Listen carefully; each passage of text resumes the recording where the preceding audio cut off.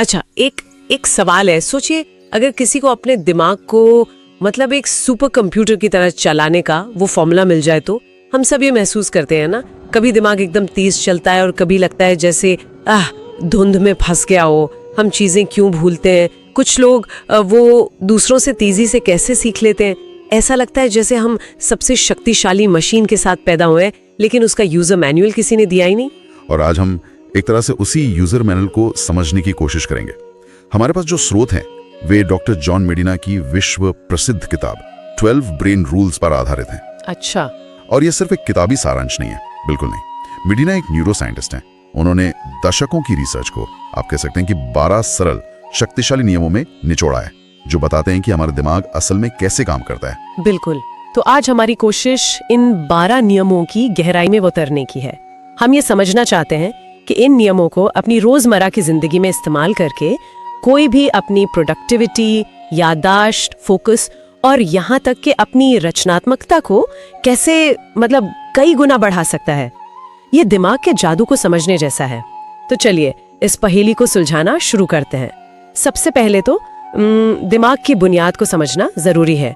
किताब में एक बहुत मजेदार बात कही गई है, हमारा दिमाग किसी ऑफिस क्यूबिकल या क्लासरूम के लिए नहीं बना है। हाँ। ये लाखों सालों में जंगलों और मैदानों में जीवित रहने के लिए विकसित हुआ है। मतलब हमारा दिमाग एक सर्वाइवर का दिमाग है। बिल्कुल। जो लगातार चलने फिरने, खतरों को पहचानने और समूह में रहने के लिए बना है। सही, एकदम सही। और आज हम उसे एक ऐसी दुनिया में इस्तेमाल कर रहे हैं जहां हम घंटों तक एक ही जगह पर बैठकर स्क्रीन को घूरते रहते हैं। ये हमारे दिमाग के मूल डिजाइन के बिल्कुल खिलाफ है। हाँ, ये तो है। इसी टकराव की वजह से आज हमें तनाव, फोकस की कमी और ये जो मानसिक थकान होती है, ये सब समस्याएं होती हैं। और यहीं से डॉक्टर मेडिना का पहला और सबसे जरूरी नियम निकल कर आता है, व्यायाम। व्यायाम? मुझे लगा था हम दिमाग की बात कर रहे हैं, शरीर की नहीं। इन दोनों का मतलब सीधा कनेक्शन कैसे है? देखिए, ये सबसे बड़ा कनेक्शन है। मेडिना कहते हैं कि शारीरिक गतिविधि वो दिमाग की सबसे बड़ी जरूरत है। जब हम चलते हैं, दौड़ते हैं या कोई भी व्यायाम करते हैं तो हमारे दिल की धड़कन तेज होती है और दिमाग में खून का बहाव बढ़ जाता है। ठीक है। इससे दिमाग को ज्यादा ऑक्सीजन और ग्लूकोज मिलता है, जो उसकी ऊर्जा का स्रोत है। लेकिन असली जादू इसके बाद होता है। व्यायाम से दिमाग में एक केमिकल रिलीज होता है जिसे BDNF कहते हैं, यानी brain derived neurotrophic factor. BDNF? हाँ, और डॉक्टर मेडिना इसे दिमाग के लिए चमत्कारी खाद या मिरेकल ग्रो कहते हैं। चमत्कारी खाद? ये सुनने में तो बहुत दिलचस्प लग रहा है। इसका मतलब क्या है? इसका मतलब है कि BDNF सचमुच नए न्यूरॉन्स को जन्म देता है। और जो मौजूदा न्यूरॉन्स हैं उनके बीच के कनेक्शन को मजबूत करता है। यह आपके दिमाग को एक तरह से सीखने और याद रखने के लिए तैयार करता है। अच्छा। तो अगली बार जब कोई टहलने जाए तो ये सोचे कि वो सिर्फ कैलोरी नहीं जला रहा, बल्कि अपने दिमाग को खाद पानी दे रहा है। बिल्कुल। यही वजह है कि पैदल चलते हुए लिए गए फैसले अक्सर ज्यादा साफ और बेहतर होते हैं। वाह, ये तो सोचने का पूरा नजरिया ही बदल देता है। लेकिन आज की भागदौड़ वाली जिंदगी में एक और चीज है जिसे हम प्रोडक्टिविटी का हथियार मानते हैं, मल्टीटास्किंग। मैं ड्राइव करते हुए पॉडकास्ट सुन सकती हूँ या खाना बनाते हुए किसी से फोन पर बात कर सकती हूँ। क्या ये मल्टीटास्किंग नहीं है? ये एक बहुत अच्छा सवाल है और यहीं पर सबसे बड़ा भ्रम होता है। दूसरा नियम इसी भ्रम को तोड़ता है। मल्टीटास्किंग एक मिथक है। स्रोत के अनुसार आप 2 ऐसे काम एक साथ कर सकते हैं जिनमें से एक ऑटोमेटिक हो, जैसे चलना या ड्राइव करना, जिसमें ज्यादा सोचना नहीं पड़ता। हाँ बिल्कुल। लेकिन आप 2 ऐसे काम एक साथ कभी नहीं कर सकते जिनमें ध्यान मतलब कॉग्निटिव एफर्ट लगता हो, जैसे ईमेल लिखना और फोन पर क्लाइंट से बात करना। तो जब हम ऐसा करने की कोशिश करते हैं तो दिमाग में क्या होता है? जब हम ऐसा करते हैं तो हमारा दिमाग असल में दोनों कामों के बीच बिजली की तेजी से स्विच कर रहा होता है। वो एक काम करता है, फिर उसे रोकता है, फिर दूसरे पर जाता है, उसे रोकता है और वापस पहले पर आता है। हर स्विच में ऊर्जा और समय दोनों बर्बाद होते हैं। रिसर्च बताती है कि ऐसा करने से गलतियां करने की संभावना 50% बढ़ जाती है और काम पूरा करने में लगने वाला समय वो 2 गुना हो सकता है। 2 गुना? हाँ, आपकी प्रोडक्टिविटी 40% तक कम हो जाती है। और इसका सबसे बड़ा दुश्मन हमारे फोन के नोटिफिकेशंस। बिल्कुल। हर टिंग हमारे दिमाग के फोकस को तोड़कर उसकी ऊर्जा खत्म कर देता है। यानी फोकस एक महंगी चीज है। और अगर हम ऊर्जा की बात कर ही रहे हैं तो एक और चीज है जिसे हम अक्सर नजरअंदाज कर देते हैं, नींद। कई लोग कम सोने को मेहनत की निशानी मानते हैं। क्या ये सही है? ये आज के वर्किंग कल्चर का सबसे बड़ा झूठ है। तीसरा नियम कहता है अच्छी नींद लें, अच्छा सोचें। हम अक्सर नींद को कम आंकते हैं, लेकिन ये दिमाग के लिए किसी लग्जरी से कम नहीं है, बल्कि जरूरत है।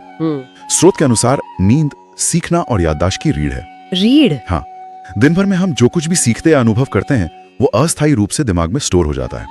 जब हम सोते हैं तो हमारा दिमाग एक व्यस्त लाइब्रेरियन की तरह काम करता है। अच्छा। वो दिन भर की जानकारी को छांटता है, गैर जरूरी चीजों को हटाता है और जरूरी बातों को सही जगह पर, मतलब स्थायी मेमोरी में फाइल करता है। तो अगर हम कम सोएं तो ये पूरी प्रक्रिया गड़बड़ा जाती है, से फोकस बिखरता है, रचनात्मकता कम होती है और हम सही फैसले नहीं ले पाते।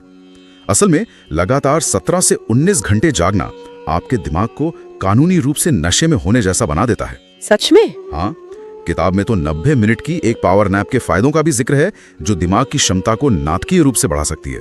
तो संदेश साफ है, दिमाग को रिचार्ज होने का समय दें। ठीक है, तो हमने दिमाग को सही ईंधन देने की बात की, व्यायाम से खाद्य पानी, सिंगल टास्किंग से फोकस और नींद से रिकवरी।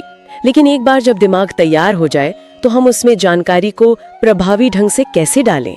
ऐसा क्या है जो कुछ बातें हमें सालों तक याद रहती हैं और कुछ हम अगले ही दिन भूल जाते हैं? यहीं से सीखने का विज्ञान शुरू होता है। और यहाँ एक बहुत दिलचस्प नियम सामने आता है, दिमाग पैटर्न्स और कहानियों को याद रखता है, ना कि बेतरतीब तथ्यों को। हाँ, हमारा दिमाग दुनिया को अनुभवों के रूप में समझता है, डेटा की फाइलों की तरह नहीं। आप सोचिए, जब कोई आपको बोरिंग आंकड़े बताता है तो आपका दिमाग कितनी जल्दी थक जाता है। हाँ बिल्कुल, ध्यान ही नहीं लगता। लेकिन जैसे ही वही जानकारी एक कहानी में पिरोकर सुनाई जाती है, आप तुरंत उससे जुड़ जाते हैं। हाँ, ये तो मैंने भी महसूस किया है। अच्छी कहानियां हमेशा याद रह जाती हैं। क्योंकि कहानियां जानकारी को एक मतलब देती हैं, एक संदर्भ देती हैं। वे कारण और प्रभाव का एक ढांचा बनाती हैं, जिसे हमारा दिमाग आसानी से पकड़ लेता है। यही वजह है कि सबसे अच्छे शिक्षक, लीडर और मार्केटर वो हमेशा कहानियों का इस्तेमाल करते हैं। सही। वे जानते हैं कि दिमाग तथ्यों को नहीं, भावनाओं और अनुभवों को याद रखता है। और अनुभवों की बात करें तो एक तस्वीर 1000 शब्दों के बराबर होती है। ये कहावत तो हम सब ने सुनी है। क्या इसमें भी कोई सच्चाई है? ये सिर्फ कहावत नहीं, ये एक वैज्ञानिक तथ्य है। अगला नियम है विजुअल्स का नियम। स्रोत में एक हैरान करने वाला आंकड़ा है, हमारा दिमाग विजुअल्स को टेक्स्ट की तुलना में 60,000 गुना तेजी से प्रोसेस करता है। 60,000 गुना? हाँ, हमारी आधी से ज्यादा दिमागी क्षमता देखने में ही खर्च होती है। डॉक्टर मेडिना तो विजुअल्स को दिमाग की पावर की कहते हैं। जो चीज हम देख लेते हैं उसे भूलना बहुत मुश्किल होता है। इसीलिए प्रेजेंटेशन, नोट्स या किसी भी तरह की पढ़ाई में विजुअल एड्स जैसे चार्ट, डायग्राम या तस्वीरें, इनका इस्तेमाल सीखने की प्रक्रिया को कई गुना असरदार बना देता है। ये तो समझ आता है, लेकिन सीखने में एक और चीज है जो बहुत मायने रखती है, और वो है भावनाएं। मुझे आज भी बचपन की कुछ ऐसी बातें याद हैं जो बहुत मामूली थीं, लेकिन शायद उस वक्त मैं बहुत खुश थी या डरी हुई थी। क्या भावनाओं का याददाश्त से कोई गहरा रिश्ता है? बहुत गहरा। इंसान तार्किक होने से पहले एक भावनात्मक प्राणी है। जब हमारी भावनाएं जैसे उत्साह, डर, खुशी या आश्चर्य तीव्र होती हैं, तो हमारा दिमाग एक केमिकल रिलीज करता है जो उस पल को एक चिपचिपे नोट की तरह हमारी याददाश्त पर चिपका देता है। चिपचिपे नोट की तरह? हाँ, दिमाग का एक हिस्सा है अमिगडाला। वो यादों पर एक तरह का इमोशनल टैग लगा देता है। जिन यादों पर यह टैग मजबूत होता है वे ज्यादा समय तक टिकती हैं। इसीलिए अगर सीखने की प्रक्रिया बोरिंग है तो दिमाग उसे गैर जरूरी मानकर छोड़ देता है। सही बात है। लेकिन अगर उसमें उत्साह, दिलचस्पी और जिज्ञासा को शामिल किया जाए तो दिमाग जानकारी को तेजी से पकड़ता है। तो हमने जानकारी को कहानी, विजुअल्स और भावनाओं के जरिए दिमाग में डाला, लेकिन उसे वहां टिकाए कैसे रखें? क्या बार बार रटना ही एकमात्र तरीका है? मैं स्कूल में यही करती थी और अगले दिन सब भूल जाती थी। यहीं पर ज्यादातर लोग गलती करते हैं। रटना एक बहुत ही कमजोर तरीका है।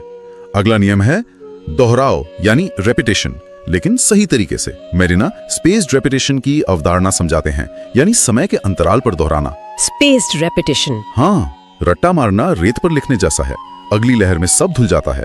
स्पेस्ड रेपिटेशन घास के मैदान में रास्ता बनाने जैसा है। घास के मैदान में रास्ता बनाना, ये क्या है? सोचिए, आप पहली बार घास पर चलती हैं तो एक हल्की सी पगडंडी बनती है। कुछ दिन बाद फिर उसी रास्ते पर चलती हैं तो रास्ता और साफ होता है। बार बार ऐसा करने से वो एक पक्का स्थायी रास्ता बन जाता है। हमारे ब्रेन सर्किट्स भी ठीक इसी तरह मजबूत होते हैं। अगर कोई जानकारी 24 घंटे के अंदर, फिर एक हफ्ते बाद और फिर एक महीने बाद दोहराई जाए तो दिमाग उसे शॉर्ट टर्म मेमोरी से लॉन्ग टर्म मेमोरी में ट्रांसफर कर देता है। अच्छा, सीखना एक बार की घटना नहीं है, ये एक प्रक्रिया है। यहाँ से बात और भी गहरी होती है। मुझे हमेशा से लगता था कि स्कूल में कुछ बच्चे मुझसे तेज क्यों थे? क्या उनके दिमाग बेहतर थे या शायद वो बस अलग तरीके से काम करते थे? स्रोत इस बारे में क्या कहता है? यह एक बहुत ही जरूरी सवाल है। अगला नियम कहता है, हर दिमाग अलग होता है। कोई भी दो दिमाग एक जैसे नहीं होते, जुड़वा बच्चों के भी नहीं। अच्छा। हाँ, हमारे दिमाग की वायरिंग हमारे अनुभवों, माहौल और यहाँ तक कि हमारे विचारों से लगातार बदलती रहती है। किसी को पढ़कर बेहतर समझ आता है, किसी को सुनकर, तो किसी को कुछ करके।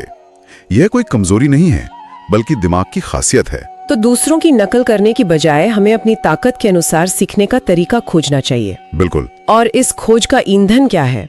हम कैसे जाने कि हमारे लिए क्या काम करता है? इसका ईंधन है अगला नियम, जिज्ञासा, क्यूरियोसिटी। खोज करना और सवाल पूछना, यह दिमाग की स्वाभाविक प्रवृत्ति है। एक बच्चे को देखिए। हाँ, वो हर चीज को छूकर, चखकर और उसके बारे में सवाल पूछकर दुनिया को समझता है। लेकिन बड़े होते होते हम सवाल पूछना कम कर देते हैं।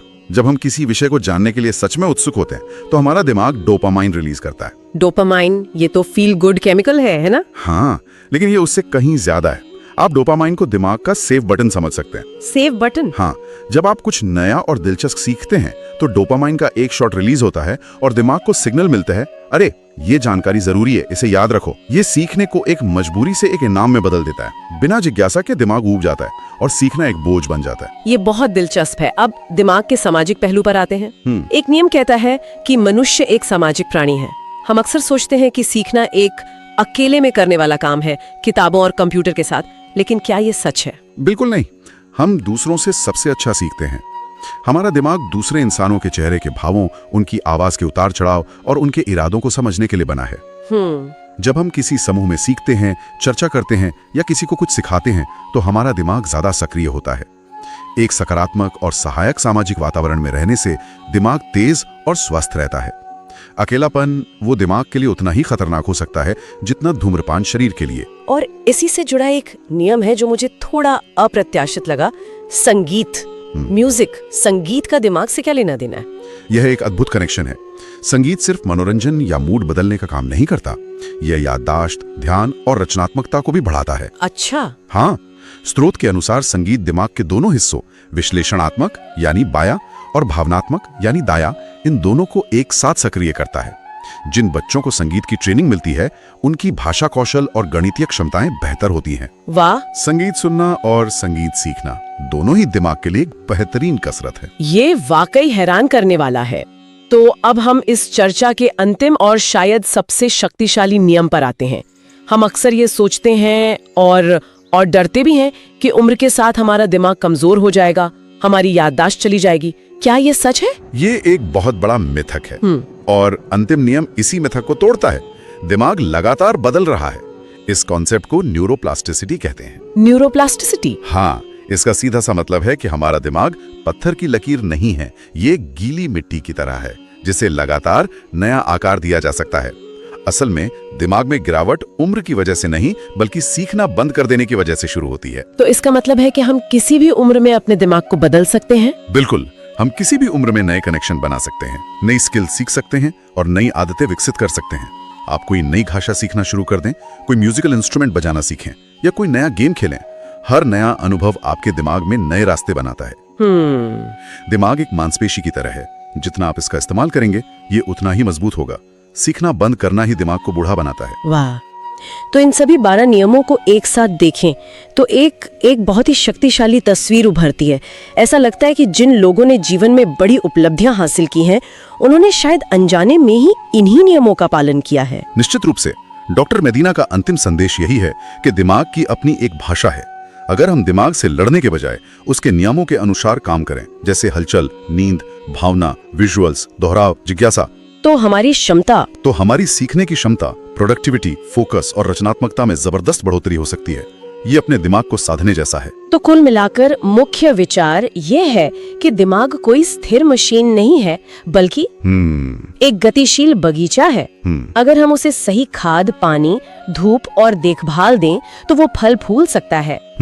इसे सही नियमों से चलाकर कोई भी अपनी सबसे बड़ी ताकत को पहचान सकता है और उसका सही इस्तेमाल कर सकता है। ये समझना कि हमारा दिमाग कैसे काम करता है, असल में अपनी जिंदगी को समझना है। और इन सभी नियमों को जानने के बाद असली सवाल ये नहीं है कि ये नियम क्या है। असली सवाल ये है कि आज से इनमें से कौन सा एक नियम लागू करने से किसी के जीवन में सबसे बड़ा बदलाव आ सकता है। क्या ये रोज 20 मिनट की सैर है, या काम करते समय 1 घंटे के लिए फोन के नोटिफिकेशन बंद करना। या शायद रात में 1 घंटा पहले सोना, क्योंकि असली महारत जानने से नहीं बल्कि